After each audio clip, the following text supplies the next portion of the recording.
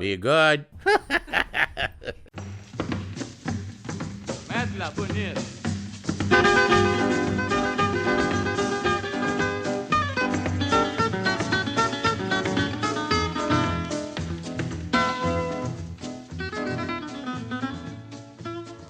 Well, hello there. Welcome to the Monkey Tooth Podcast. It's your pal Andrew here with my little dog Pele, bringing you another episode of the show.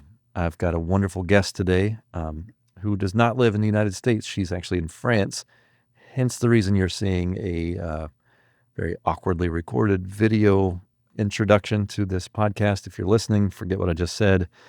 But if you're on YouTube or Spotify and watching this, hello and welcome.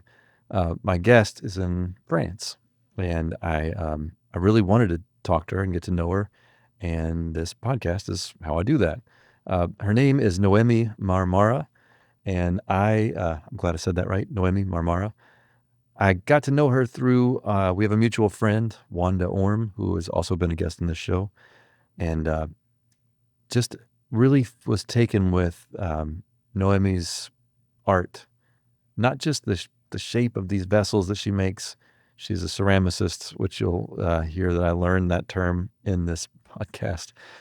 Her art is special in that it's beautiful and rare and interesting, but it's also inexorably bound up and wound together with poetry and deep meaning and very thoughtful creation of vessels, of pieces of art, of timeless treasures.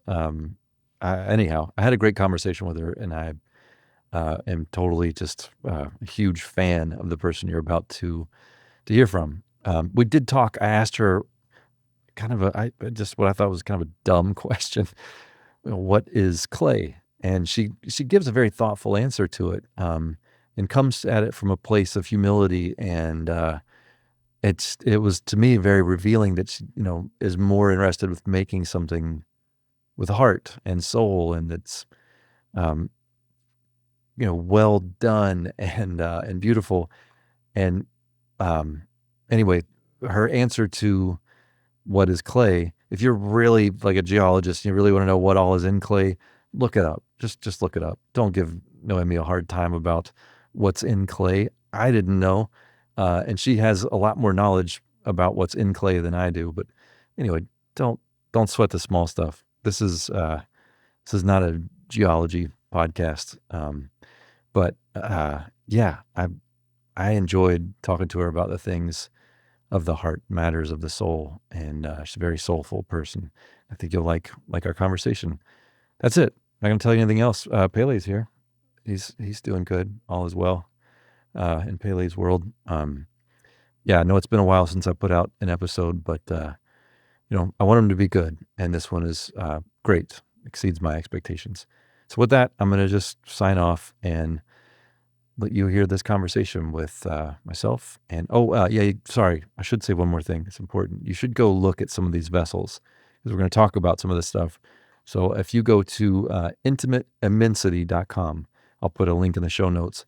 That will give you some frame of reference, and you can see some of these incredible pieces of art and sort of read about the story that goes behind each. There's poetry.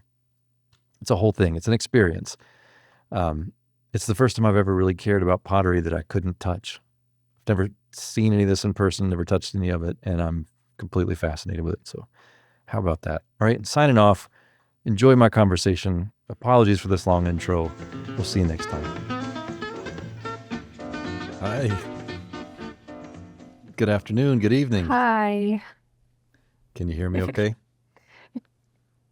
I can hear you very well. Good morning. Good. Yeah, good evening. It's still sunny out there. That's good. It's still daylight. Yeah. I closed the curtain just so you could see me a little bit better. But Yeah, it's amazing that I'm seeing you at all. You are very, very far away from where I am right now, many thousands of miles. Yes, I'm grateful to technology, even though I don't have like the most up-to-date setup. I'm glad we could work this out. Yeah, me too. You kind of came on my radar, I guess, because of our mutual pal Wanda Orm. I guess after I hate to call these interviews, after I talked to Wanda and put that up, I guess you engaged with a post on Instagram, and I immediately, as soon as I saw what you were doing, I was like, oh, okay, that's an interesting person. And I'm almost ashamed to admit like how much I like your stuff because of Instagram. Like it's like a sentence I resent having to say, but without it, I wouldn't know about your fabulous art. So thanks for that, I guess, is the long-winded way of saying that. That's so wonderful. I'm so happy to hear it. I have this feeling, this lingering feeling of I guess I feel a little bit powerless towards Instagram because there's so little that I feel that I can express through a picture and some words, Mm, I think most of what I'm trying to speak about is so subtle that I feel like it almost just requires someone to just be in front of a vessel and hold it. yeah, So it's very rare that I get someone to tell me that they were moved by something that I've expressed on Instagram. yeah, So thank you yeah. so much.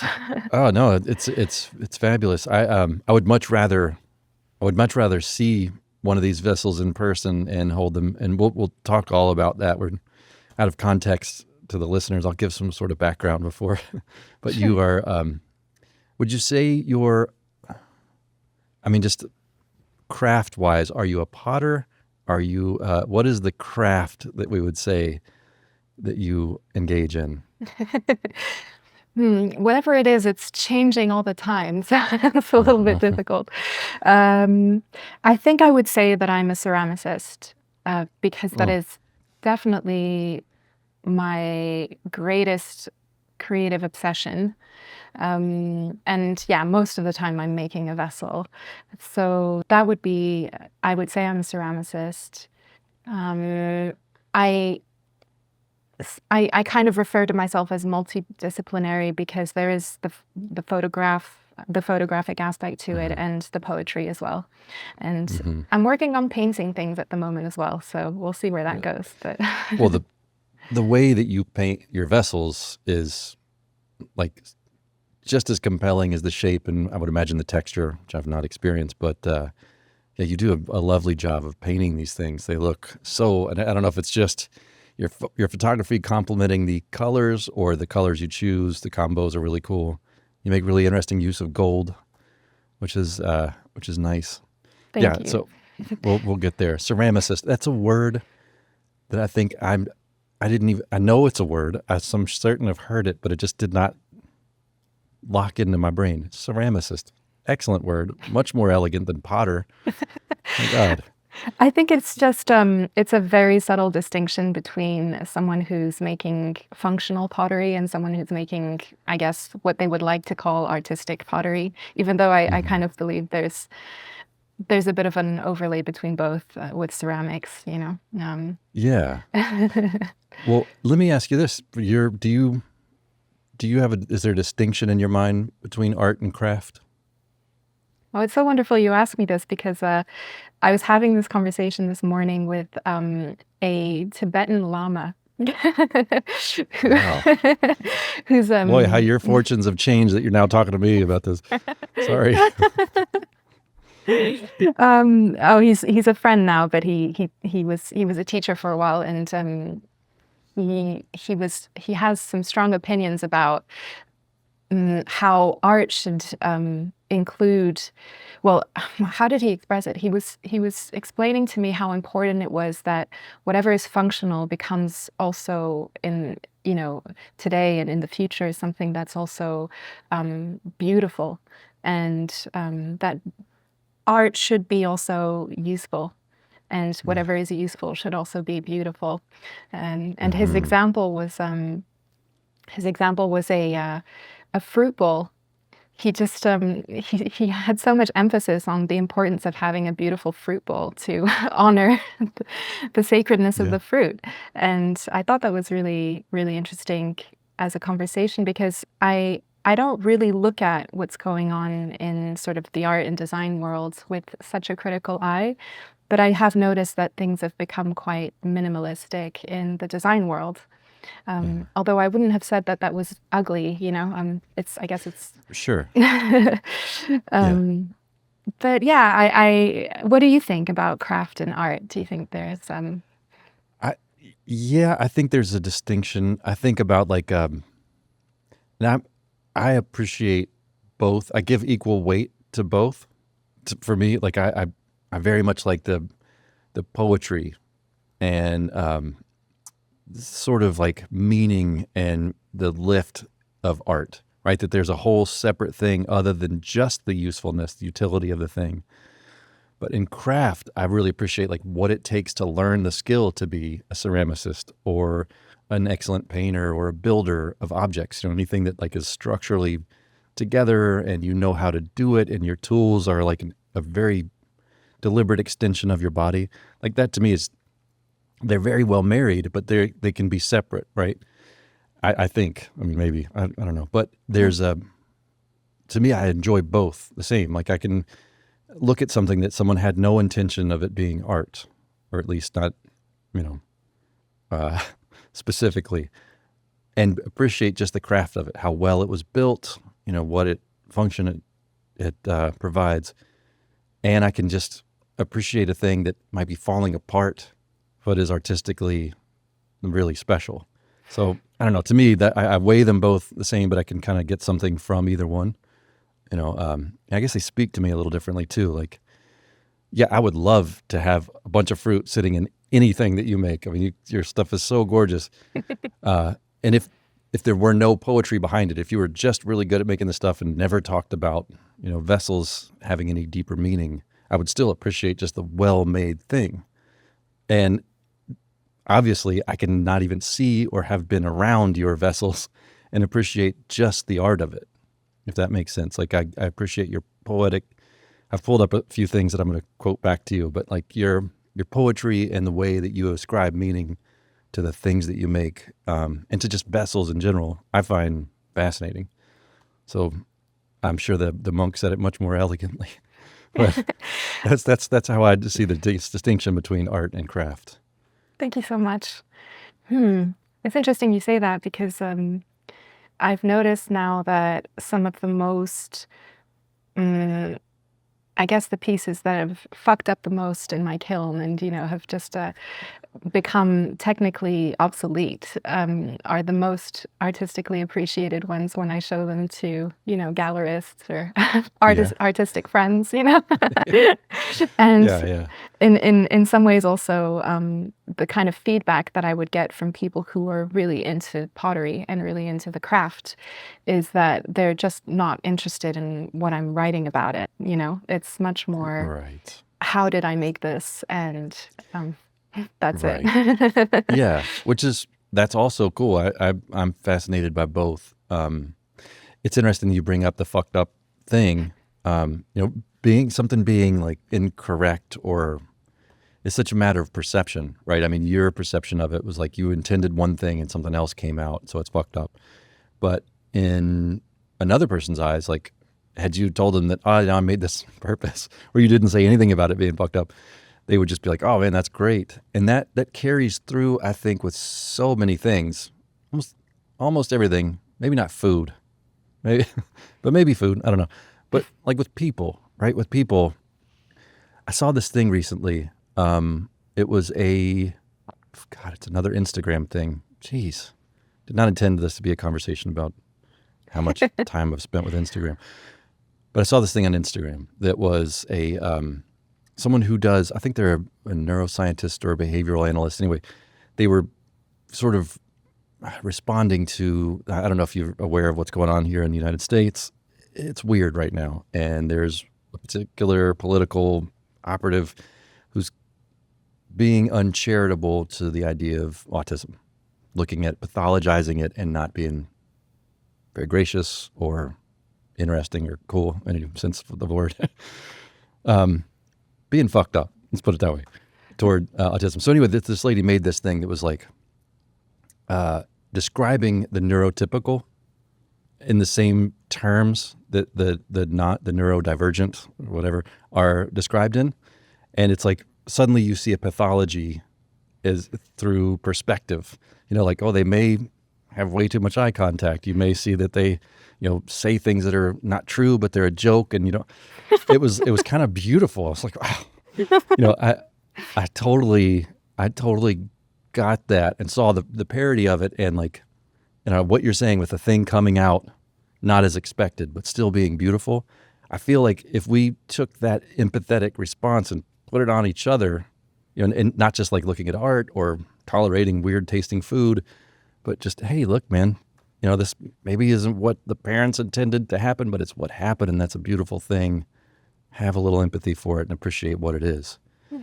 Do you see any of this in people? I know we talked about everything being kind of a vessel.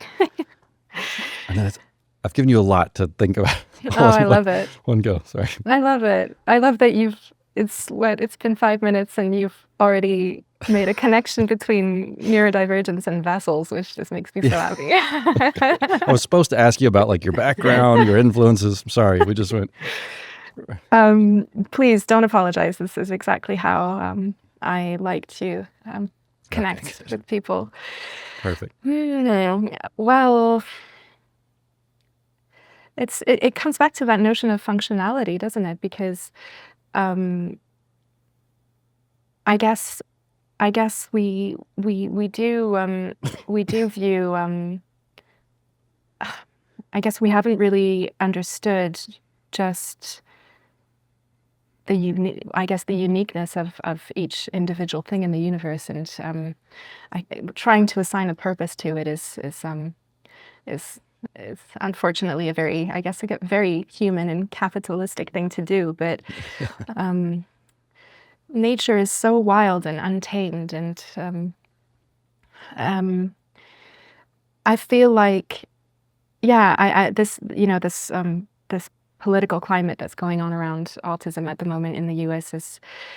it's heartbreaking, but it's also interesting for me because whether or not there are environmental factors that are causing any kind of neurotype to exist in the world, I still feel like there's something happening where nature is asking us to put our faith in its vibrancy, and in its desire to create diversity, and that there's a deeper intelligence behind wanting there to be such differently brained people all over the world, and and I guess that I feel that as well when I'm creating. I feel that when I have a piece that I've really tried to make a certain way and it hasn't gone that way at all, because I have this kind of I have this like idea, I'll have a shape and I'll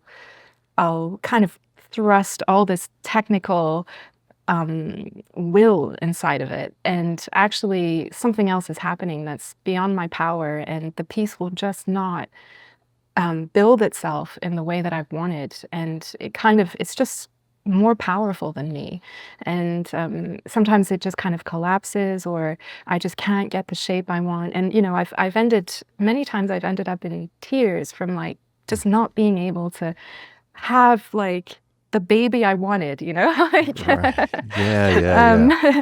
And one of the most like telling examples of that is this piece that I called Essence, and I finally managed to build it up into a shape that I wanted, but I only did it when I basically I was kind of brought to my knees, and I cried a lot for I guess a few hours before I could really make something from a space of, I guess, a lot of softness and vulnerability. And I thought I'd succeeded, but when I put it in the kiln, it created the most majestic crack, but the kind of crack that you wouldn't see ever in a vessel, because most of the time when something breaks in the kiln, it's usually it kind of breaks in half or in several pieces, or it's very difficult to find a piece that just kind of opens and leaves you with this kind of majestic fissure that feels like art. I knew, like, I know that piece is in some ways an extension of myself, but I know that piece is also saying something that I was really struggling to understand myself. And that's when I believe that nature is a lot stronger than me in these moments, you know?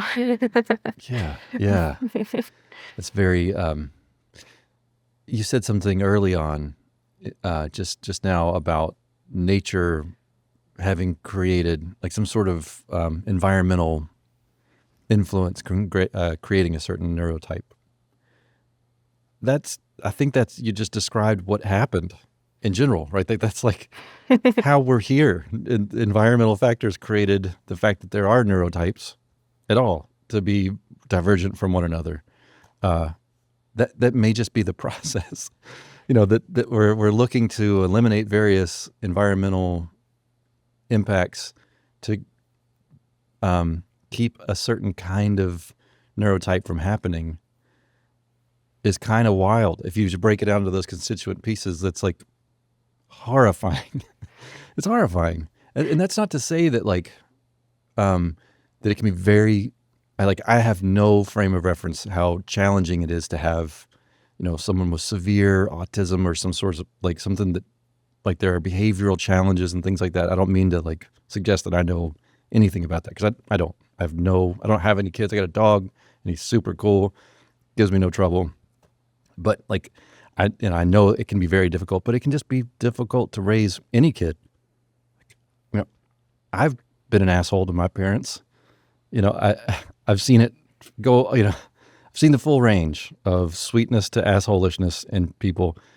So I don't know, to preclude any kind of neurotype by looking for the environmental factors that created it is like anti-softness, anti-openness, or yield to the process of nature. And this it's not even that we have tears. It's your tears when you were trying to mold the thing were tears of maybe frustration, but also a little despair or whatever. I don't know what exactly they were, but tears of rage are not good. That's not what we need from our leaders, our friends, the people we count on. It feels like that's where we are. There's a rage against this type of thing. Instead of kind of differentness. I also feel, if I really go there, I think I probably feel a lot of heartbreak about this as well. In the way that I wish that we were speaking of what I think is maybe the real problem, which is just how do we make this a happy place for people with that neurotype, Right. instead of seeing it as a disaster that they would exist.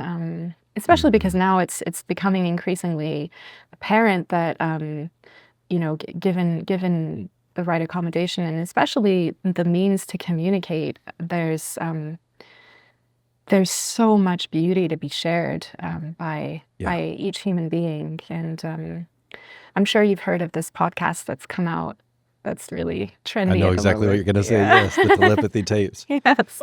Yeah. It's I feel like, I don't know, maybe you can tell me what you think about this. I feel like that podcast is relatable to anybody, whether or not they're, nonverbal or neurodivergent or simply have no idea. I feel like we can all kind of relate to that. But do you? Yeah. No, I mean, just it's just an exercise in empathy, just to put yourself in a position where you cannot communicate. I have a mouth but cannot scream, that kind of, or whatever, that, that the idea that you have something to communicate. That's why babies are sitting there screaming. They need something, but they don't have a way to communicate it.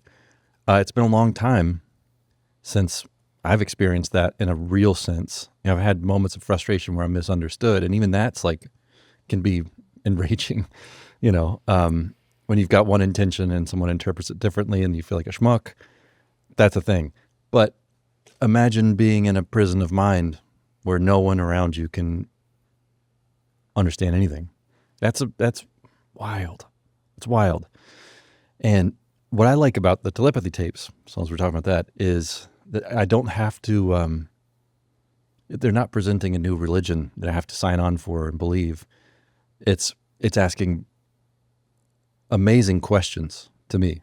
What the findings that are presented, the way that it can be argued are fascinating. And the hope, I'm always like, I've always wanted things to be more interesting. And reality is plenty interesting, but I always feel like I'm missing something, right? Like that there's something in it that I don't quite get, and that there's an enormous mystery that I just don't have my finger on the pulse of. And when you hear about the fact that it's possible to communicate without language in that specific way, I mean, we do it all the time, communicating without language, but that there's this whole other realm where people can go and like hang out and get to know anyone, like that's just amazing. I love it. I don't know if it's true. It's not for me to say. Like, plenty of things that are true for me that wouldn't be for anybody else, and that's fine. But yeah, I'm fascinated by that idea. And I think it's like, of all things that it could possibly work on, is the idea of using your imagination for empathy. Because that's what empathy is. It's like the highest and best use of human imagination is to like put yourself in someone else's shoes and like, God, what it would be like to be them. And how can I be less of an asshole because of that knowledge? So yeah, that's what I took away from the empathy tapes, telepathy tapes. Well, that's so beautiful, the empathy tapes. Yeah, I feel like we could suggest that to the producers. Let's make it. Let's do it. What did you get out of it? Out of the telepathy tapes? I mean, are you still listening to them? Do you keep up with the new ones that are coming out, or? I binged them a few months ago, and I think I'm still digesting whatever I was able to watch. I got to the last episode of I guess what was the first season, where they published statements and words from nonverbals, which I thought was incredibly, like, unspeakably beautiful. Well, it was really telling for me. I felt a lot of validation. Not that I can compare my life at all to what it's like to be a nonverbal autistic human, but in the way that they are able to describe certain experiences of their own consciousness, which I have, I would say, like a very faint experience of myself. I guess for the record, I can say here that I'm also diagnosed with autism and ADHD, but of course it's not it's not in the same way that a nonverbal autistic would experience life. That being said, I have struggled most of my life with what I like to call the feeling of being stuck in a parallel perceptual reality. And it's not that I feel like I'm in a different world from other people. I actually feel like I'm very much in the world, that I'm receiving the world very, very intensely and with a lot of detail. But it took me a very long time, and I think the telepathy tapes helped me understand that as well. It took me a very long time to really understand that my brain was really not perceiving the world in the way that a lot of people were. I know that sounds very obvious, but I don't know what it's like to see through your eyes, right? Yeah. I don't know what it's like, how your body responds to signals and information. Right. And I think I spent most of my life feeling like I was unable to cope with a perceptual setup that everybody had. I was just not very good at dealing with it. But I think what there are little bits in the telepathy tapes that blew my mind away. So, for example, I have a condition, I guess you could call it that way. It's medically termed dyspraxia. So what it means is that, again, this is a very kind of ableist way of describing it, but it means that you're not very good at handling objects, and your motricity skills aren't very good.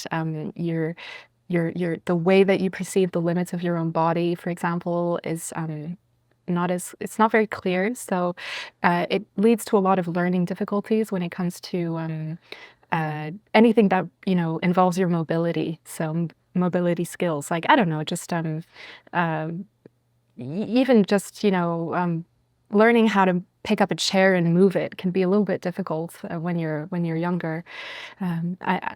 Things like learning ceramics in a workshop, for instance, are extremely difficult for me because I don't relate to objects in the same way as other people, and I kind of just need to have my own time with material things to really understand how they work. I wouldn't be able to mimic somebody's gestures or behaviors by observing their body, for example.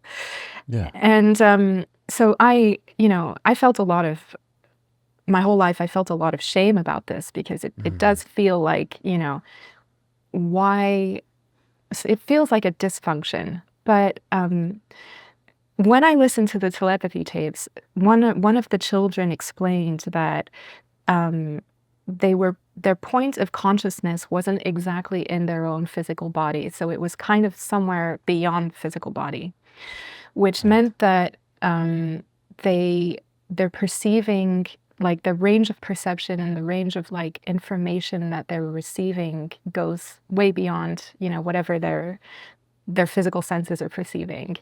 And that gave me, I had this kind of aha moment of realizing that the way that I perceive my body in the world, it is true that I don't really feel, I'm not very aware of the limits of my physical body, so I will tend to knock things over a lot because I'm not, like, my proprioception isn't very good. But then I realized that maybe wasn't a disability. It could just be that my consciousness is kind of embracing a little bit further than my own body. So it doesn't really completely know where my body ends and, something else begins. There's something in my perceptions that isn't so good at distinguishing the limits between myself and the exterior world. So I guess, in some ways that's fantastic, because it means that I definitely feel I feel the presence of things very strongly, but it's not the best thing when you're walking around a gallery with a bunch of sculptures, like. That's exactly where my head went. That's exactly where like, keep her in the studio, not so much wandering around the gallery.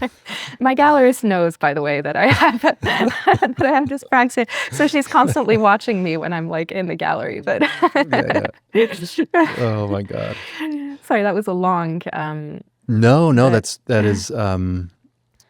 If I were tasked, so I have a small business, and we are finding ourselves using artificial intelligence more and more. We're kind of an audio video production and storytelling, and there's a lot that the artificial intelligence can help us do as far as like automating things. And we're creating these little digital souls, for what it's worth, to help us with tasks. And I have some issues with it, but I was thinking, like, if I were to try to design something or ask the machine to make a thing that could make novel, interesting shapes or do something unusual, I would ask it for what you have. I would request that specifically. Do you know what I mean? If you want to make something interesting, novel, you don't want the same approach that, consensus reality is dealing with. You'd want some other thing that has a different way of relating. So I can appreciate I have no idea what that was actually like as a kid, as a teenager, somebody growing up around, certainly without a name for it. What point in your life did you get a name for that condition in your body? I think I realized that it was this maybe a year ago. No shit. And the rest of the time, I really just thought I was a little bit dumb. and Yeah. just dropping my keys all the time and that All kind right. of stuff.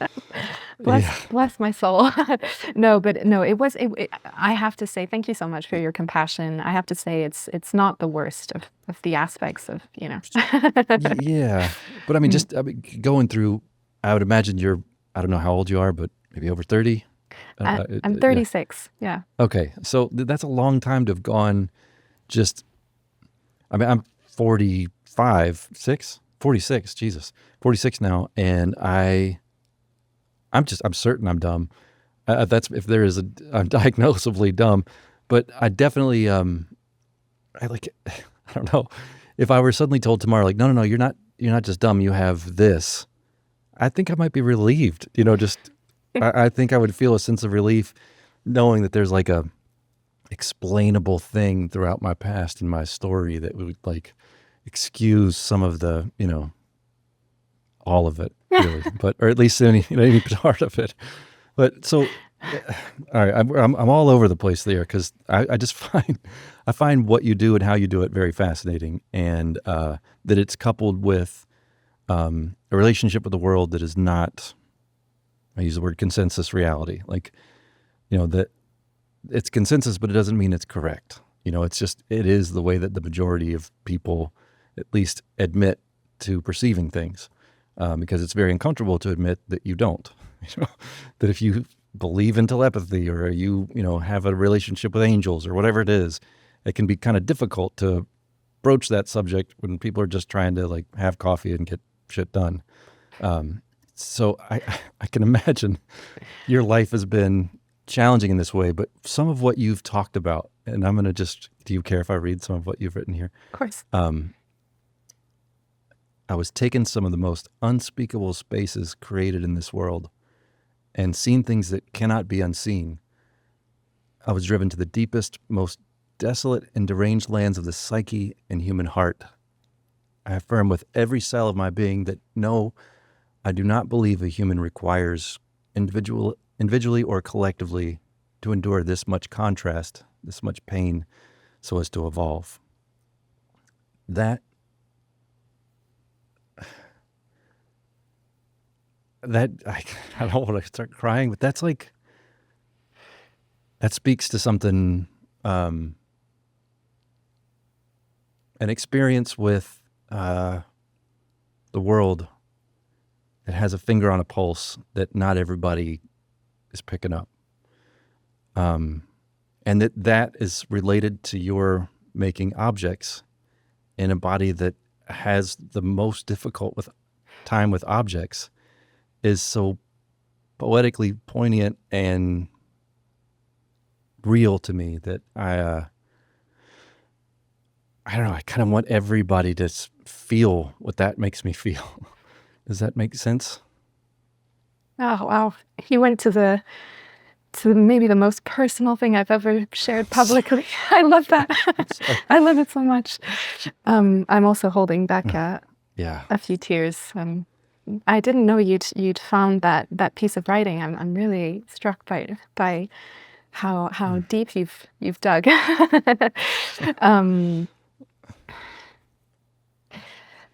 I think in the same way that you do everything that you do, I would be lying if I were saying that it wasn't coming from the suffering I've experienced, and some kind of way of trying to move through that. And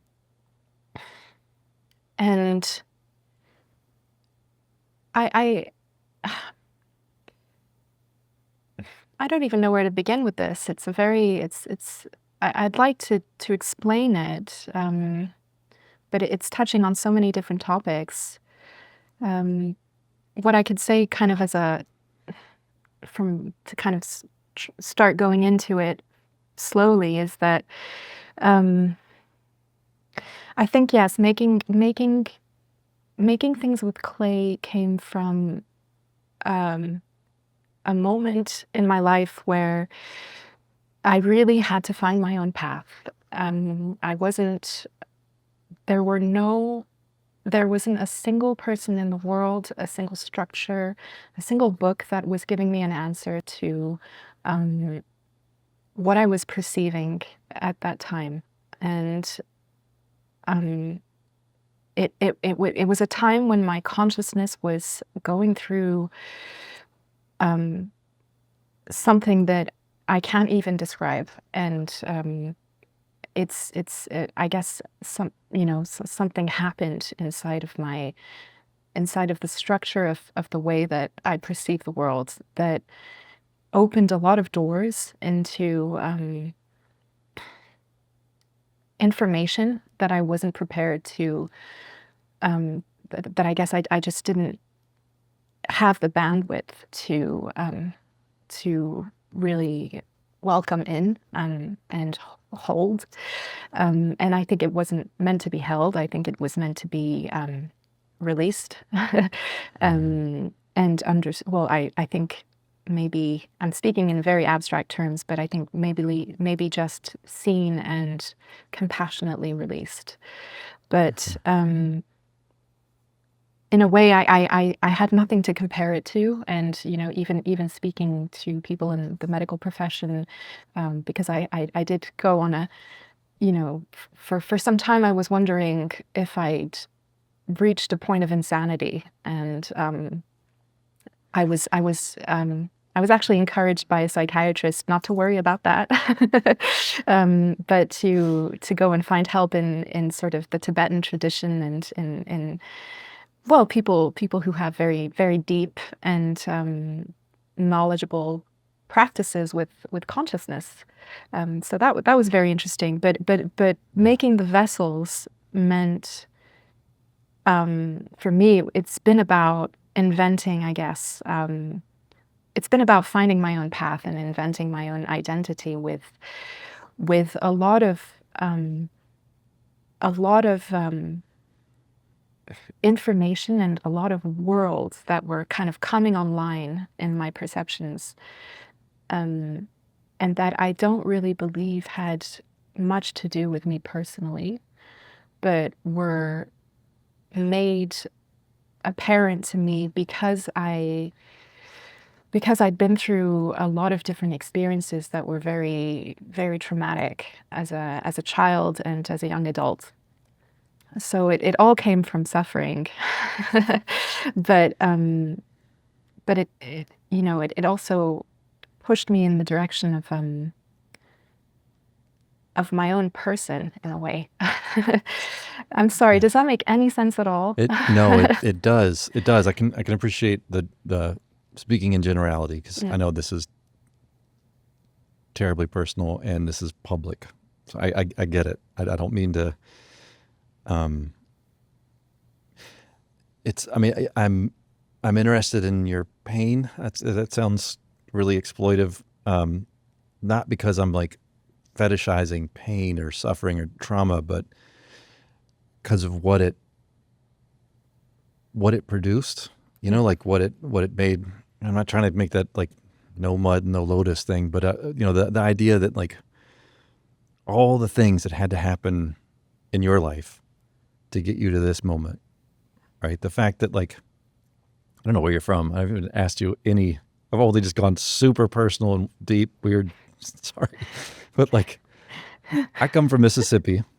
Not whatever. I come from Mississippi, and you come from wherever you come from. The fact that we have been on this trajectory and we're connecting now, like so many things had to happen for this to be the case. Anyone you encounter in your life has been on the same sort of weird journey, and anytime you interact with them, it's kind of a miracle of timing and serendipity and nature, environmental factors, all the things.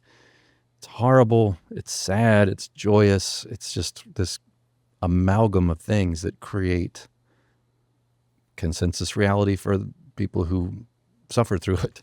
And but that you've come through it with an idea that you found who you are through that, and used objects which have been the bane of your existence in a way, and like specifically very breakable objects that are very valuable and very breakable, is just so it drives me a little crazy to think about like how many layers of complex meaning there are in your particular way of expressing and way of relating to the world and creating something that's both beautiful and useful. It's just like, I don't know, it's an amazing is a weird word. I shouldn't use amazing because people say that about sandwiches. This is nowhere, like, it's not even close to a sandwich. This is transcends sandwich amazing, like actual amazement type of amazing that is, it's a gift that I think, as painful as it is for you to talk about it, having that context that this was made out of pain. Yeah. You know, that you can take clay. And there's the whole other layer that like the Christian origin story has clay, you know, that were sculpted from clay, and like all that sort of weird thing that like a vessel doesn't just hold, a vessel's meant to let go of things. The fact that the thing we always find in archaeological digs are broken vessels. Like there's just layer after layer after layer of stuff that makes it so, I don't know, so wild that you're doing this thing, and that the only way that I've been able to interact with it is through like a flat screen with words on it and pictures of your stuff. But it has traveled across from wherever you are now to my brain from Mississippi, and like landed in my heart and in a place that like I get. I don't know if I get it, but it means something to me. It means a lot to me to hear that.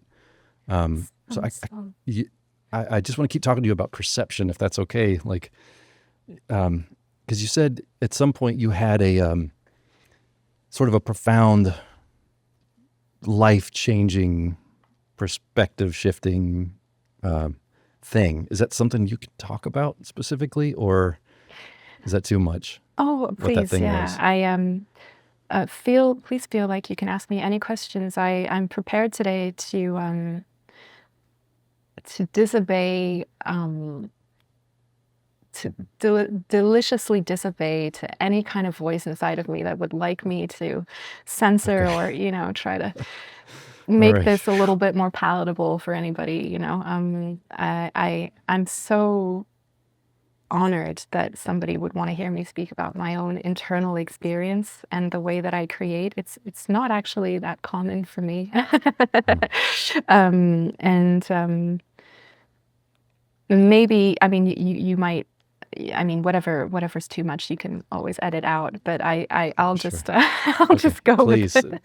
I hardly ever edit these things. Okay, so I think I kind of have to do a little bit of a timeline about this, because it's hard to speak about that moment without Sure. explaining what led up to it, even though, I'm trying to speak of this. I don't know what it was, an experience that nature obviously commanded, but so I think there was a very long time in my life. I'm young. I'm 36, but I spent the majority of my life in a very in a state of very deep distress and complete incomprehension about my the causes and the origins of my distress, but also what I was seeing and feeling in the world. And that's there are two main reasons for that. The first one is that I was born neurodivergent, and I was born in a family that I suspect is also in large part neurodivergent, but I think I'm the only one who is autistic. And I believe, even though I wouldn't be able to know this for sure, that my sense perceptions are more I have something called sensory processing disorder. So it's a medical term that I kind of disagree with, because I don't believe it's a disorder. But it means that my brain isn't filtering information in the same way that a neurotypical brain might, or a brain that doesn't have this disorder might. And it means that on a day-to-day basis, since being very little, I experienced a lot of the world as a kind of it's not really that I'm how to say, it's not that I'm not going to use terms like extrasensory or these kind of things, because I don't Right. believe that they're accessible to, that they're not things that everybody really, it's not going to speak to everybody. But I do believe that I'm experiencing information as kind of currents all the time, like fields that kind of blend into each other. And it's kind of like I'm in a sea of information and I'm not really able to filter it. It's not like I'm singularly identifying all the information that comes my way and processing it in an orderly way. And, it's just like being bombarded a lot of the time and overwhelmed. And it's a lot on my physical body, but it's dependent on context. So of course, if you put me in a field full of beautiful bees and flowers, I experience the informational field of harmony, and it's a very different experience to the dislocation that I could feel if I'm walking through a train station, which Yeah. actually I don't do most of the time. I don't um, blame you. but as a child, there was no way for me to realize that that was happening differently from anybody else. So I was constantly in, tears and anxiety, and unable to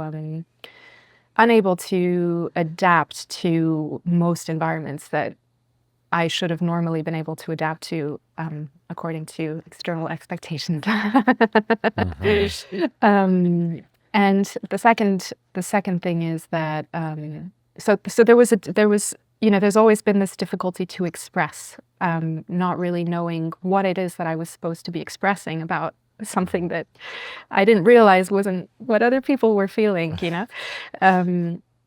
And so I did have a lot of creative outlets as a child. I was very, very good at playing the piano. I was constantly drawing, and there was a lot of creative expression that went away when I was about 10 years old. Um, and that is entirely due to the fact that I was experiencing a lot of abuse from somebody that went on during my childhood. And when I was 10 years old, I had an accident where for reasons that no one really knows how to explain, I jumped out of a tree and I ended up in a wheelchair for about a year of my life, or I don't know, 6 months to a year.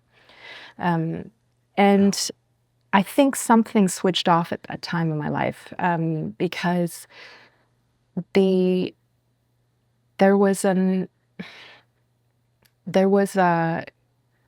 how to say, I think I was forbidden to express anything. There was this kind of there was such a danger with uh, being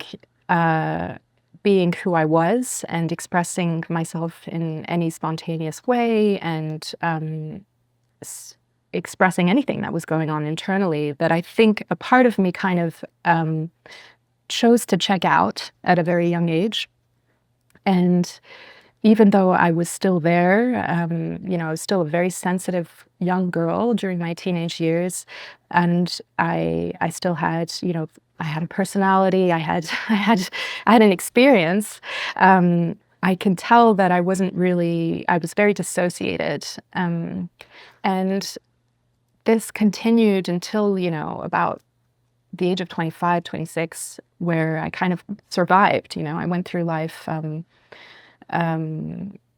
still as a deeply sensitive human, but with very little understanding of who I was, and also no memory whatsoever of what had happened as a child. So, and everything came back in a very short amount of time. So like over the course of I think 2 or 3 years, I fell very sick. At the time I was working in Paris. I'd completed my studies. I was working in a publishing house, and I got very sick. I had a chronic immune condition, and I started taking care of my health a little bit more, and started experiencing the resurgence of a lot of memories that were coming through the physical body. And so something happened where the intelligence of my own body and the intelligence of my own psyche went and kind of started to regurgitate chunks and chunks of truth, and expressing it.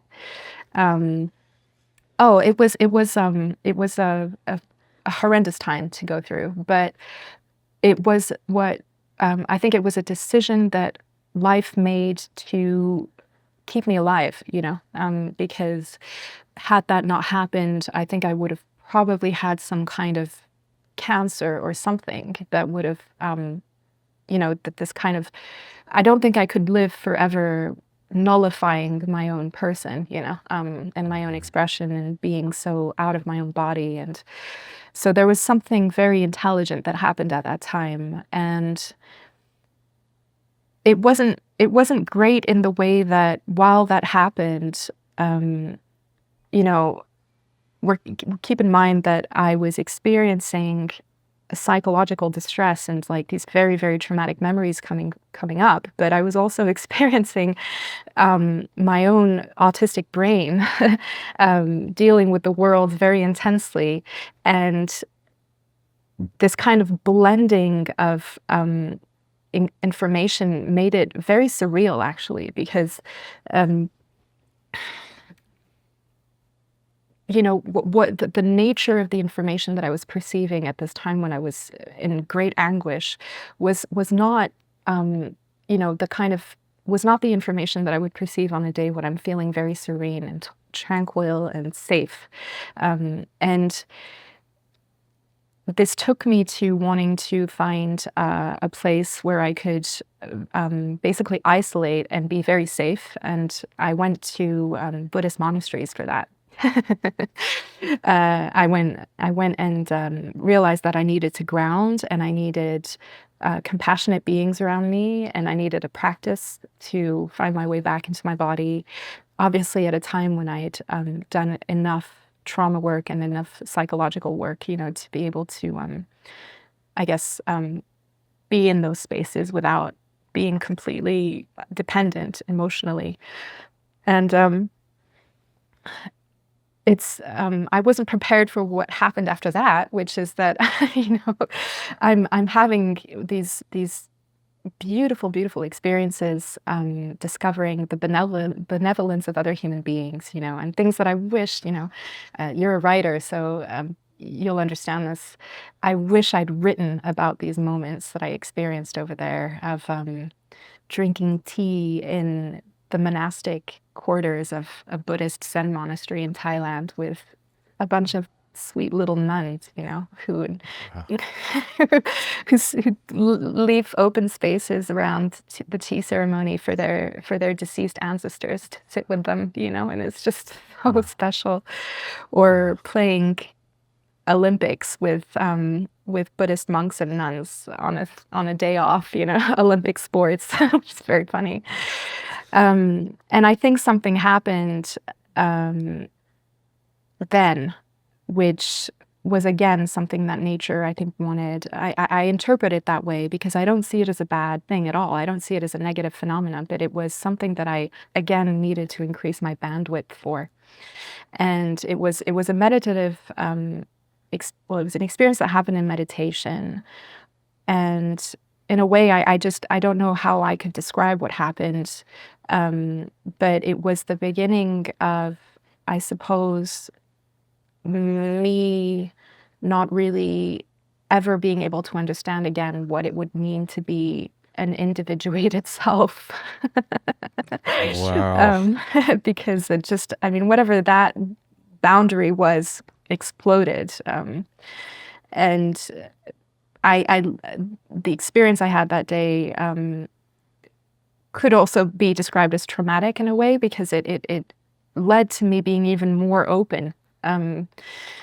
So I'm very interested in the topic of consciousness, because I can see that mine is changing, Yeah. and I'm interested in how it relates to neurodivergence also, even though that can also be a little bit difficult for some people to, access. But it's almost like I became more, ADHD after that, if you want to give it those labels. But it became so intense that things like time and I was perceiving things that were happening right here and right now in my body, and at the same time seemed to be referring to a different time. And sometimes not even a time that I could really say was my life, my timeline. Maybe something that I was holding in my genes, something that had been imprinted in the memories of my ancestors. But it was so vivid, and it's still happening on some days, that it was overwhelming, and it still is. There's things that I can't really explain, and it happens on a day-to-day basis. Sometimes I'm getting information in the morning, and I'm feeling all sorts of things, and I'm very confused as to why I suddenly feel a certain way, and why I'm even things like colors or things can be very different. And in the afternoon, I'll meet somebody, and we'll have a conversation, or I'll be connecting with them, and I'll suddenly realize that it has a lot to do with that. And it makes me wonder a lot about time, and what is that about? Does that really exist? Right. I'm sorry, I've gone so far in this topic. No. You can continue, please. I really appreciate you sharing that, because it's you touched on several things within that are again, poetic and interesting. And I know it's hard not to brush on layers of significance in your own past when you're telling your story. That's the benefit of looking back on it. If you've got any kind of mind for storycraft at all, we just do that. We're storytelling creatures. That's what we do. And you have an interesting way of contextualizing your experience, because it sounds very challenging, especially when you're kind of constantly reminded that you're meant to be doing it a different way, which is just not how it happened. It's not how it's going to happen. And to come away with any sense that you're actually all right from any of this is a feat of perseverance and openness that is it's rare in the world. I mean, plenty of people who are not neurodivergent don't feel all right. They just don't feel okay. They feel like they shouldn't be there. They're constantly. I mean, I don't know anybody like this. I've never met anybody like this, but yeah, constantly apologizing for themselves and feeling like they shouldn't be there. But you're dealing with a couple things that I think were really interesting. You talked about your filter, specifically your filter. Filter is a good thing. It just like a functional filter. It makes a lot of things work. Engines are benefiting from filters. Very often, water needs to be filtered, and then you're glad it's there. But a filter can also, like for instance, I could put a filter on this right now, like the sound coming out of my mouth and going through this thing into your ear. Put filters on it that would take out various frequencies, pull out things that would be like a fan, or me breathing or coughing. Right? Those can be great to have, but if sometimes it doesn't know the difference. A filter doesn't know the difference between a laugh and a cough. And it'll just pull those frequencies out, and it sounds weird. And you can just see a person laughing and not hear them. A case in point where a filter is not doing you any favors. If you are trying to make something that has a full range of expression that maybe not all of us are perceiving, an absence of the full spectrum filter is a very good thing. And you have this in the bits and pieces that I'm picking up of your experience, you have this almost serendipitous relationship with the medium of clay in particular that is so, I don't know, it's beautiful. Like that your life, they say life imitates art. Your experience can be very well tracked by the behavior of clay. That you're talking about this opening, this like difficult, painful thing that is a reflection of a new understanding of yourself, of your place in the world, how you're getting along, that it's okay to make art and be a creative self again, and contextualize the horror that you've been through.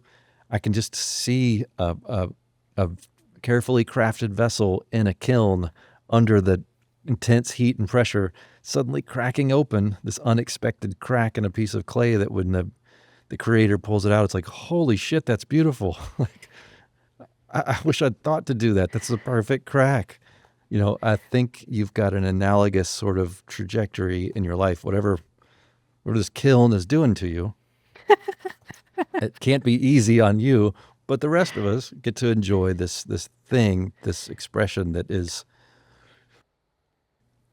hope the filter caught that. This expression that is very useful to people who feel isolated, ashamed, or incapable of functioning in the world. Realizing that now there's a way forward. It's not easy. It takes deep introspection, the luxury of time, and finding support, like that you were able to take the time and to find a monastery in another country. Like, that's amazing. It's incredible. And I know you have, like, even in that same piece, you said, I've inherited many privileges in this life. Mm. You knocked it right off the bat. Like, hey, look, I know this is, but whatever, I am here. This is what I have. And here's how I'm using that. I think is such a good lesson for anyone who's suffering from self-doubt, existential dread, fear of the world, problems with consensus reality. The fact that you're doing that with vessels, I think, is just the absolute right thing. And it, if you change and start playing piano, or I don't know, making bespoke kazoos, whatever it is that you're going to do next, I'm almost certain it's going to carry that same sort of poetic weight, which I think is, I don't know, I'm very glad to be engaged with it. Thank you so much. I know I keep just complimenting you. I apologize. I don't mean to just compliment you. I'm trying to I love it. Think about the stuff that you're telling me, because it's very heavy. It's a heavy lift, and to talk about your pain in this way, and that you're not, like, a lot of self-help books are kind of like this masturbatory thing, like you're just going to become the best version of you, and then what? That can get kind of old or self-serving. I live in Northern California. There's just it's like a self-help book came to life and drove a Tesla into a Whole Foods and said, I've arrived, I've made it. What I see as the idea of self-help is realizing that everyone else is a self and they need help. And the betterment of a person is for the betterment of all, not just you, because you are you're everybody else. And I know that, like, when you have sensory perception, like, are you able to see that? Do you feel like you are part of everyone else? Or I know you said you're trying not to feel individuated, or like an indistinguishable but distinct self. Do you genuinely feel that experience, like you or me, I am you, all that kind of thing? Yes. I mean, I'm still, I'm still a human who has, beliefs and many limits in many ways. Yeah, of course. Lots of opinions and all these things, lots of judgments. But most of the time, it's, the minute I'm certain of something, it gets kind of kicked off my field of certainty, and Yeah. we could say that that's a strength, but it's also very, very vulnerable to not have like a very solid sense of self and solid sense of truth, of what truth Right. is, and also to so often be mirrored back actually misunderstanding, because I do see that a lot of people, I guess, have not met themselves as deeply as I would like to think that I've met myself or met them in a way, like there's something. Hmm. But I'm saying this and it sounds extremely presumptuous, and it probably is actually, because I don't really know what's going on inside other people, but Right. yeah, I do feel a lot of things when I'm around others, and I don't feel that anything of what I'm experiencing has m- has is only something to do with me. The vessels, for instance, it's so ironic because, yeah, so it started with me. I was also looking for a lot of self-help, and these kind of I was trying to find a way to fix myself through all this. And you're very much, this analogy you've given is I can see myself kind of getting trapped in that also, and doing a lot of like different spiritual practices, which have all served greatly, but actually nothing has ever really been a way of how to say, reducing the amount of suffering in the world, or reducing the amount of suffering in that I could maybe experience. But one thing that happened was that I went to clay, and I went to the vessels to just try and to find a way of interacting with the world that could be very simple and delightful. So it was just one day where I was like, oh, I need to find a way to express myself again. I haven't been able to express myself artistically fully and, very sincerely in many years, although I was still doing a lot of things, but it felt like I couldn't access a part of myself anymore. And I just I thought I have to go back to something that feels really simple and playful. And I thought of clay, and it started with something so almost meaningless. It was just, I want to create without worrying about the result. Hmm. And that ended up being like the most existential medium that I've ever gone to for Yeah. creating. And yeah, it's most of the time when I'm making a vessel, I'm having an experience around it where it's usually connected to somebody, actually. So I could bet money right now that there's a vessel incoming as a result of this of this conversation, Oh God. and that it'll find its way to you. But Oh my um, God. I don't really, how to say, it feels like this vessel, this body, um, receives information, receives consciousness, and then tries to resolve like whatever that means by making a vessel. Hmm. And by trying to understand, okay, so what's the actual vessel? What's the limit between, you know, one being and whatever is going inside that being and whatever is Right. outside that being. Right. I'm Yeah. sorry, I'm not expressing this very well, but No, it's no, I think you're expressing it beautifully. That's a, so that's a very interesting thing. The idea of like not being fully individuated and realizing that you're part of all of it. Mm, It messes with the idea of vessels, right? mm, If it's all, we're in just this infinite field of all things, where's the dividing line? Where do you begin and end? We emanate a field of, electricity and magnetism that like where that stops and where something else begins, like is it's the filter that tells you where that is. Our filters make that possible, and that yours is not working the same as maybe mine. I don't know. I mean, I've had issues with my filter too, mostly with what comes out. But the way that you engage with that, the way anybody engages with that is just different per person. And can I tell you a quick story? When I was a child, I was never really afraid of my dad, but I did not know how to relate to him. We never connected. And I wanted to. I desperately wanted to be, to feel safe around my dad. And when he and my mom split up, he had like a bedroom above his office, and I would stay the night with him, and I'd sleep in the same bed next to him. And his heart, he had an artificial valve in his heart that was mechanical. So when his heart would beat, it was a different rhythm than mine. And I would sit there and listen to it.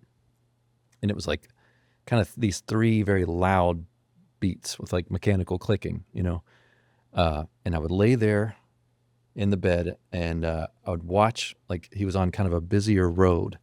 At night, the cars would go by, go in opposite directions, and headlights would kind of come across the wall, and then tail lights, and it was like this weird blending, hitting like light coming through blinds, like these vertical blinds that didn't fully filter out the light, and it would make this weird light show. And I would sit there and listen into my dad's heart and how that beating was so different than my own. And I would get myself into this state, Noémie, that was so bizarre. Like I could feel infinitely large. I would have this like proprioception disaster where I was suddenly as enormous as anything. I mean, like I just was as big as all things. And then I could switch myself down to where I was like the space between two things touching small. And I could just vacillate between those 2 points of perception in this room with the weird lights and my dad. And then he would start snoring, and all this stuff would just like, it was kind of overwhelming, but kind of like, I remember feeling an information, like a type of knowing that the only times I've ever been close to feeling that again is I feel a familiarity anytime I'm in a psychedelic state. If I've taken something, or I can kind of see that again. I'm like, oh, my old friend, God, what? But it's like, it now sees me looking at it, be like, you had your chance, pal. I'll let you, like, I'll show them to you, but you can't, like that kind of thing. It was like, I can't quite be a part of it again. It's like just showing me like, remember this? You can't touch it. So that stuck with me my whole life. And it was a weird mix of like yearning for someone that I couldn't connect with, and maybe an overabundance of poetry. And I was little, I was like 5, 6, 7, like a young kid. And then like the weird lights and the sound, it was hypnotic and revealing, and it's been elusive to me ever since. Does that make any sense? Does that in any way sound like something you may have experienced? That's so beautiful. I don't want to touch it, with my words. The thing that strikes me in that is how beautiful is it that it happens through the heart. Mm. I feel like maybe there's something there about in both of our lives that is pointing at the heart as a gateway to these awakened states, I would like to say. I don't believe that that's the last time you'll experience that. Who knows? It's funny. I had then, and I've until very recently had an actual hole in my heart that I didn't realize was there. And I another story. Sorry, I'll try to keep this one a little more succinct. But I had been having these issues in my life. One of them I thought was like a panic attack. One of them I was in front of 200 people speaking, like giving a presentation, and I thought I had an acid flashback. Like I just went into this very disassociative, had what they call aphasia. And I thought it was, and then another time I thought I had another panic attack. And then finally I was in the car once with my wife and a friend, and I had a stroke. I was literally having a stroke. My wife's like, pull over the car. It's totally nuts. Turns out that I had this hole in my heart, which everyone has it in utero. one of the amazing miracles of human birth is that it closes and a lot of kids, when it doesn't happen, they turn blue. It's like an emergency, but some people don't realize it. And then like when they're little, they get it fixed. And some fools make it into their 40s and suddenly realize it's a problem. And what happens is like some blood in one side of your heart can get to the other side. And if it kicks out a clot of any kind, that goes straight to your brain and you have a stroke.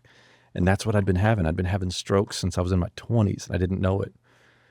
So they had to go into my heart through my leg and put in like what they described as a Gore-Tex cocktail umbrella in my heart to prevent that from happening again. Oh. So like, I don't know, like you just think of like the physiology of your body, the weird things that are going on, that there's like electrical impulses moving these little valves, and that a literal hole in my heart was causing me to have all these weird perceptual issues. It's like a portal. Yeah, it's like a little portal that's leading nowhere great. Like, I'm very, very fortunate that I did not lose any, or at least I don't think I did. I didn't lose any cognitive capacity. I didn't have any, something similar happened to my oldest sister, and it changed her physical life forever, and not in a good way. Like a really like debilitating physicality. So I got very, very, very lucky with mine. So yeah, Wow. I'm telling you all this. Sorry. Just when I think of the vessel, of everything being a vessel and there not being specifically clear lines. I mean, wow, I'm amazed that you're speaking on something that I think maybe is actually expressing the essence of what I tried to say with my very, very long life story. But it's this feeling of, we talked about cracked vessels and this feeling that whatever kind of fissure is, whatever point of rupture that might be in the what we call it in our making, in the way that we're built, could actually be directing us to both our mortality, but also our immortality in a way, because of the way that we suddenly have very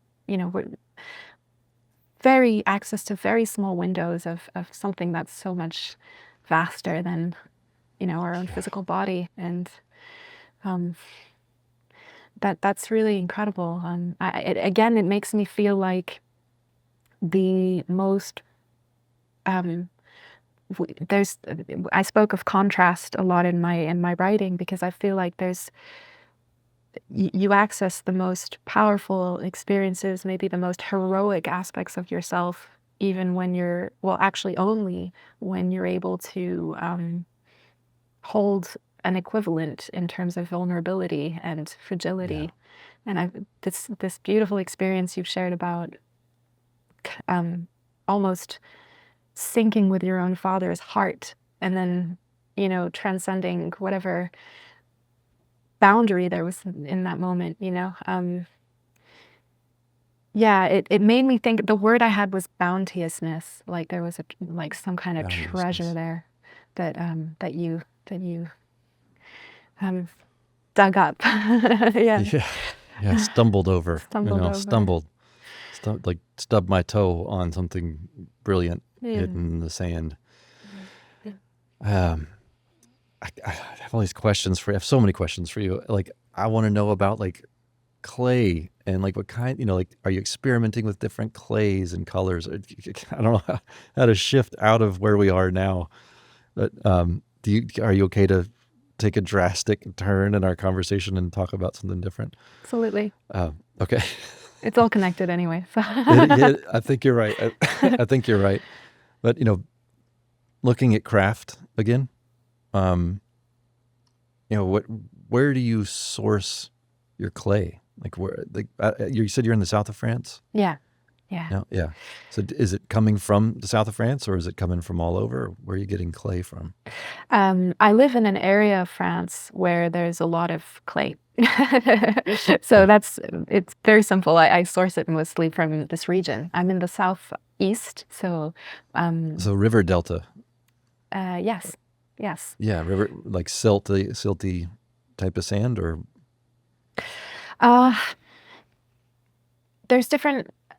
It's a good question. There's different. I'm trying to find the English word. Sorry, the it's okay. carrière in English, so in French. So I guess yeah, different areas where they find great arteries of clay actually in the earth. Great, like, and so I've actually discovered recently from a friend that clay takes enormous amounts of time to form. Yeah. It's actually not a renewable resource. And so, Right. It's um, renewable if you have enough time, millennia of time. yeah, yeah. And Yeah. I kind of see it as something that's extremely abundant here. And, wherever I'm walking, basically, I can harvest my own clay in most of the Wow. places where I am. Yeah, yeah, yeah. I mean, it's That's cool. very cool. It's not necessarily the easiest to throw or, you have to, every clay has a, you have to learn how to work with it. But Yeah.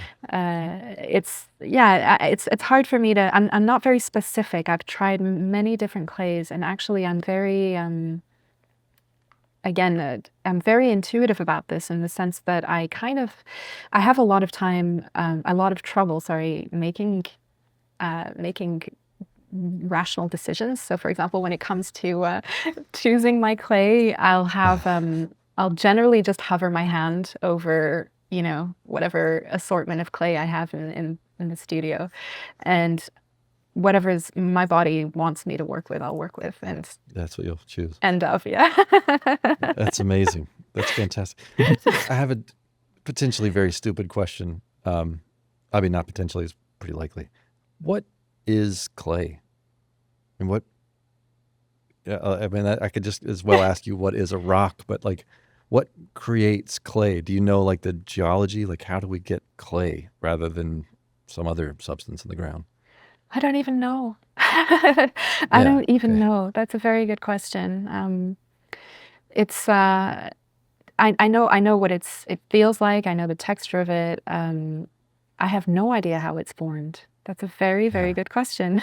But it takes a long time. Yeah. And I would imagine it's like, I mean, is it made from previously living things? Is it just a state of stone? Like what the hell is it?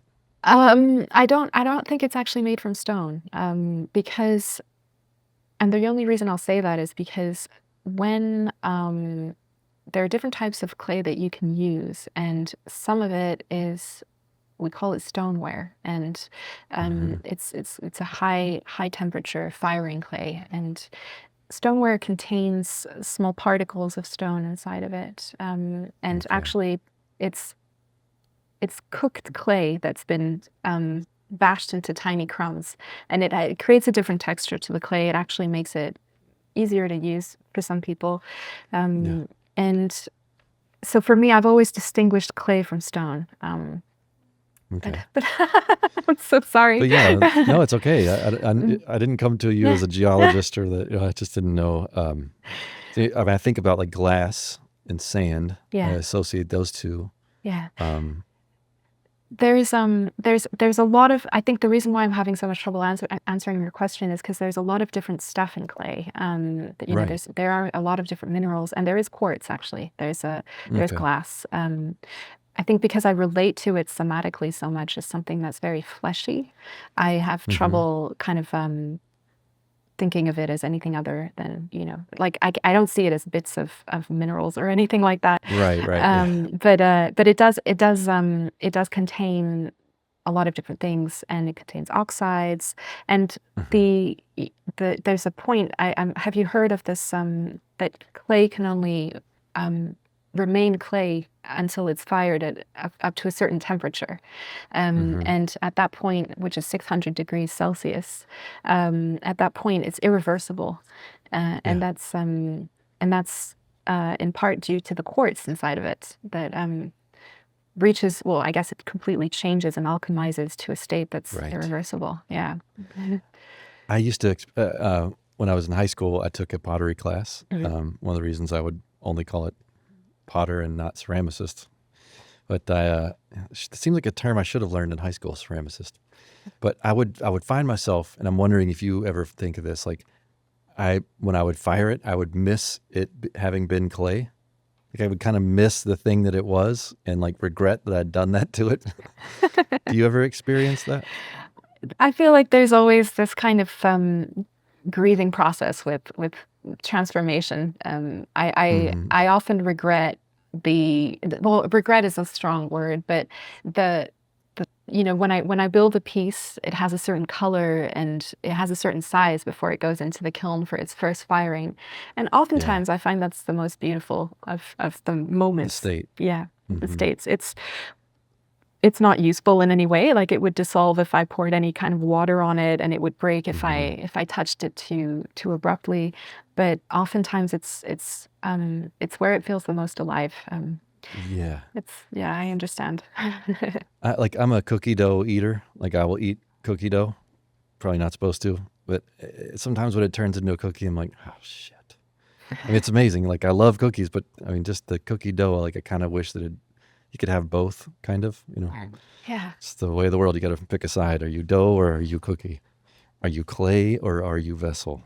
So, paint. Talk to me about paint. How do you choose?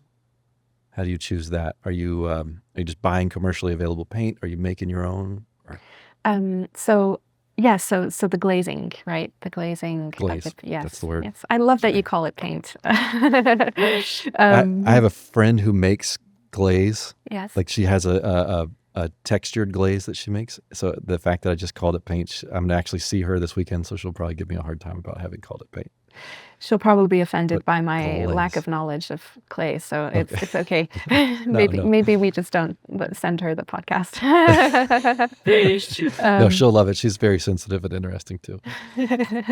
So yeah, glaze. Pardon me. So glaze is like such a huge area that sometimes ceramicists will often say this, that it's very difficult to specialize in different areas, right? Because there's so much. If you're learning how to throw, to be a good thrower, if you're trying to be a good glazer, but the way I started was because I'm not interested in chemistry at all, and glazing is a very kind of chemical thing. Yeah. But I wanted to make very experimental pieces, and I wanted them to surprise me, very much in the way that when you make when you're working with film photography, you have that excitement and thrill when you're getting the film. When you're about to receive a film, and this is kind of the same thing. I wanted to work with glazes in a very surprising way. So what I did was I bought different commercial glazes and I started mixing them together. And that's how I started playing with glaze. Nowadays, I'm actually making my own, and only for the reason that I'm trying to recreate something called crystalline glazes, which I think your friend will probably know about. And so these are different types of glazes that are made by a small number of ceramicists, actually, because you have to also be obsessed with this specific type of glaze making. But they've found a way to, with a lot of quartz and a lot of glass and a lot of different pigments and metals and oxides, they've found a way to create glazes that when you fire them in a certain way on specific clays and you keep them at a high temperature when they're firing for a certain amount of minutes, sometimes hours, and you reduce the temperature extremely slowly, there will be the formation of crystals actually happening on the glazes of various sizes. It really depends what you're doing with the temperature of the kiln. So and you can play with the colors in incredible ways. I went and I did a training with a Spanish ceramicist called José Mariscal Panek, and he's really, really good at it. So obviously I was really overwhelmed during that training because he was speaking in a language that I just didn't understand. But I managed to leave the training with some of his recipes that he gave to us, and at the moment I'm working on them. And my dream is to create the biggest possible vessels that can fit into my kiln. And so I've recently been able to invest in a bigger kiln. So I'm now able to make pieces that go roughly up to 80 centimeters high. So that's quite high. That's big, yeah. Yeah. Wow. And I don't know if this is going to work, but I would like them to be full of crystals. Yeah. So I'm working with that, and hopefully by the end of the year I'll have a few vessels that are ready to show to the world. Cool. So yeah, Wow. I'm very excited. That's amazing. That is exciting. I love the experimentation and having the opportunity to test things. And you've got your own studio and your own space where you're not like having to share kilns. Is it your own space? Yes, it is. I'm very fortunate because I'm using a space that's in the family home. So I live separately from my own family, but my parents have a beautiful house with a beautiful view, and they have a whole space that's not being used over there that I invaded. Wow. And Yeah. used to be my younger brother's music studio, because my younger brother's a musician. Wow. Yeah. Cool. So he's now producing in London, and I moved closer to home to be able to use the space, because obviously the question of investing in all the equipment for in the early days, you don't really want to be paying for 2 rents at the same time as you're trying to set up your studio. Yeah. So I'm very lucky in that way, and yeah, it's not huge, but it's my own space, and That's great. yes, I think for me personally, if I had to share a space with someone, I don't know that I would be able to get anything done. I think it would be very difficult to concentrate. Yeah. I mean, from what I remember, one kid would be making a bong that he's trying to hide in the shape of something else, and it didn't make it right, and it would explode and mess up everybody else's thing. And that would be I'm sure you're not around people making hidden bongs, but the people make mistakes. It just sounds like you've got enough trouble of your own with knocking things over. You don't need any extra help with somebody else's stuff exploding on your creations. So, with your paint, with your glaze making, it's interesting that you're going for crystals, because that's also like kind of a primordial, ancient thing. And clay is this ancient thing that you can't make more of. So you've got this one thing that you're converting to an irreducible, can't ever go back to being clay, and then you're transbogrifying another thing to make it into a crystal.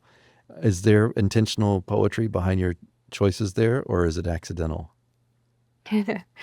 Oh yeah, there's always intentional poetry. That's cool.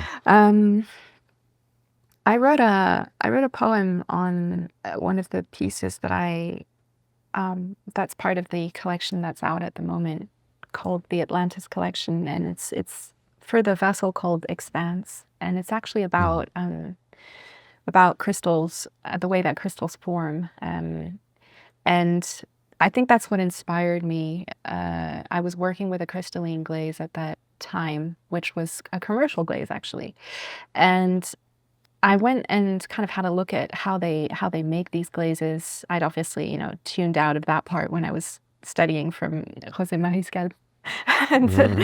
And I was really inspired by the way that crystals form in certain conditions of heat and water. So it's the water that's in the glazes and in the clay, because there's actually, the clay retains water and it bubbles up actually under extremely high temperature. And all of that alchemy will create an ecosystem for these crystals to form. And I really, again, love how unpredictable it's going to be, because dependent on the height of the area of the glaze that's in the kiln, there's different degrees. There's sorry, there's the temperature inside of the kiln will vary depending on the height. Right. And that will change the aspect of the crystals forming. And I just dream of that moment when I'm going to open the kiln and I will have had an idea of what the glaze would have looked like, in terms of colors. I know Yeah. it's not going to be what I expect. And I don't know where I'm going with this, but it speaks to me.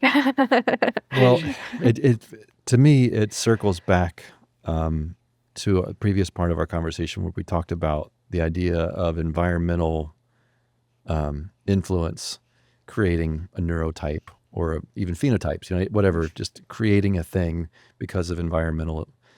Like, now this is extremely limited pop understanding of the nature of existence, but there's a theory that at some point on the planet that we currently live on, it was all geoscience. Like there was no biology, nothing living here. And the oldest thing that there is were crystals, and this drying of pools and, getting wet again and drying and, the salt and crystals and all these things. And that at some point, everything went from sort of geoscience to bioscience, like that there was some sort of environmental pressure or who knows what caused these crystals that were developing and forming and drying and, like I said, the water and the heat and the time and the temperature. And there was like maybe a mutation or something else that allowed for a division of cells. And then everything went from having been, geology to biology. And I don't know if it was in an instant or over time, but, that the great creator popping open the kiln and be like, holy shit, this thing's alive. Didn't expect that. Maybe the environmental influences are what made it possible for us to be here in the first place. And I like that you've got like this sort of playful God aspect to you, that you're just kind of creating things in this little, I don't know, a little microcosm that can be filled with whatever the world wants to put in them. Is another layer of poetry onto this. I'm looking right now at Expanse, and I remember this poem. I read this the other day, and I love that, like, birth statically in hydrothermal pressure. That's wonderful. That's super cool. It's funny. You're now making me realize that there is something there's something with opening the kiln and being like, oh, what a beautiful baby.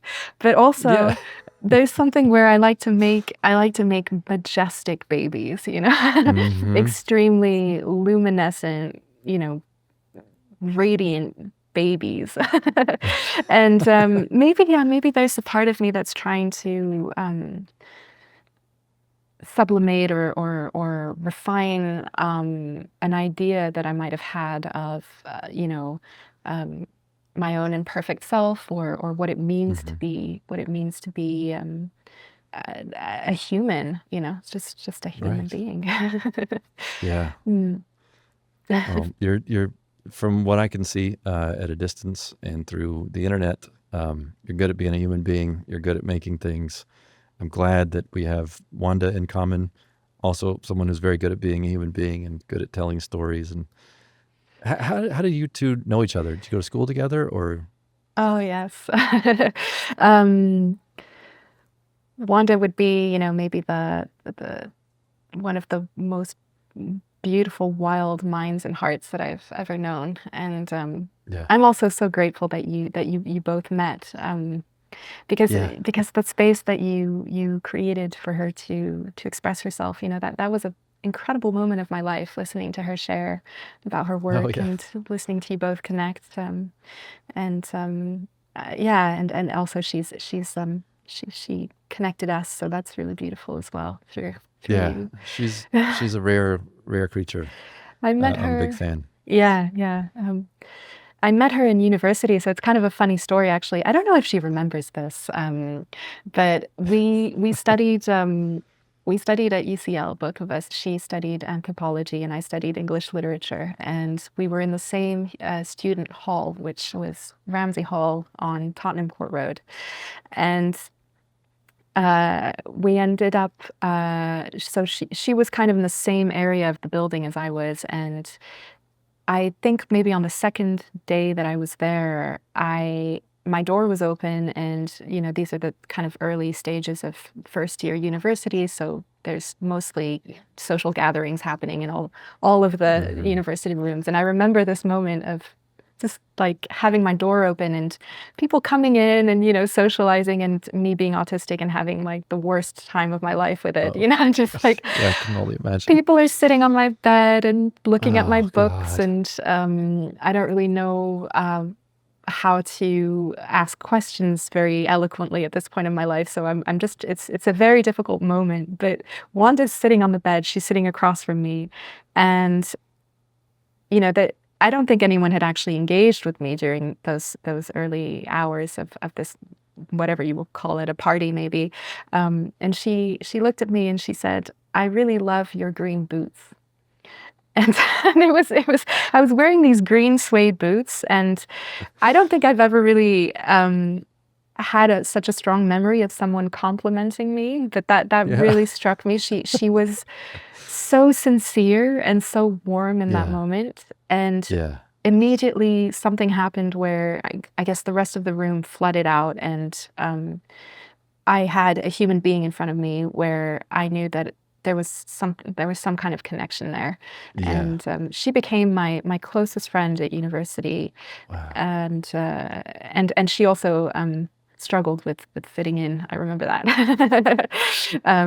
Being the wild beauty that she is. And we've been very close since. We've been through very difficult times in both of our lives, and it's really beautiful to know that she's alive, and she's yeah.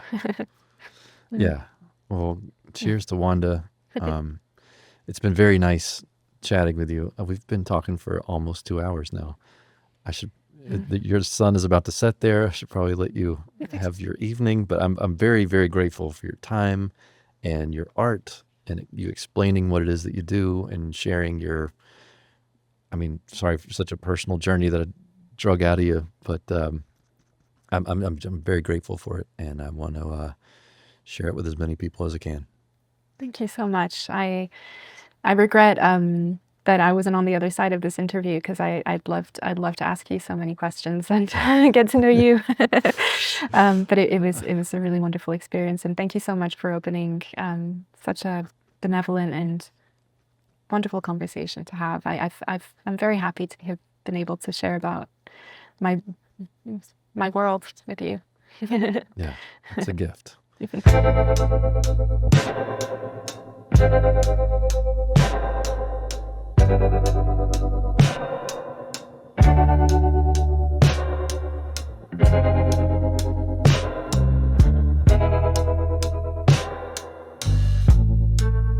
I remember sleeping next to you. Oh, I felt so calm. Yeah, I felt so calm.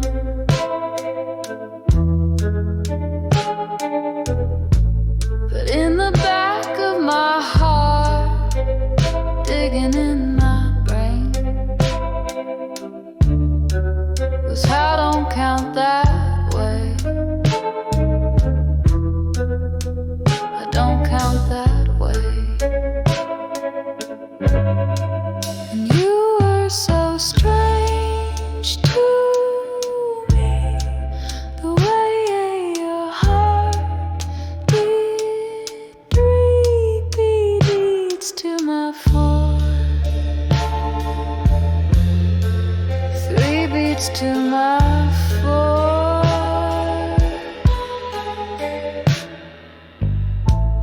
In the morning there was no one there to answer you, and your ideas, they've grown and grown. I know no one is right, no one is wrong. Only theory keeps you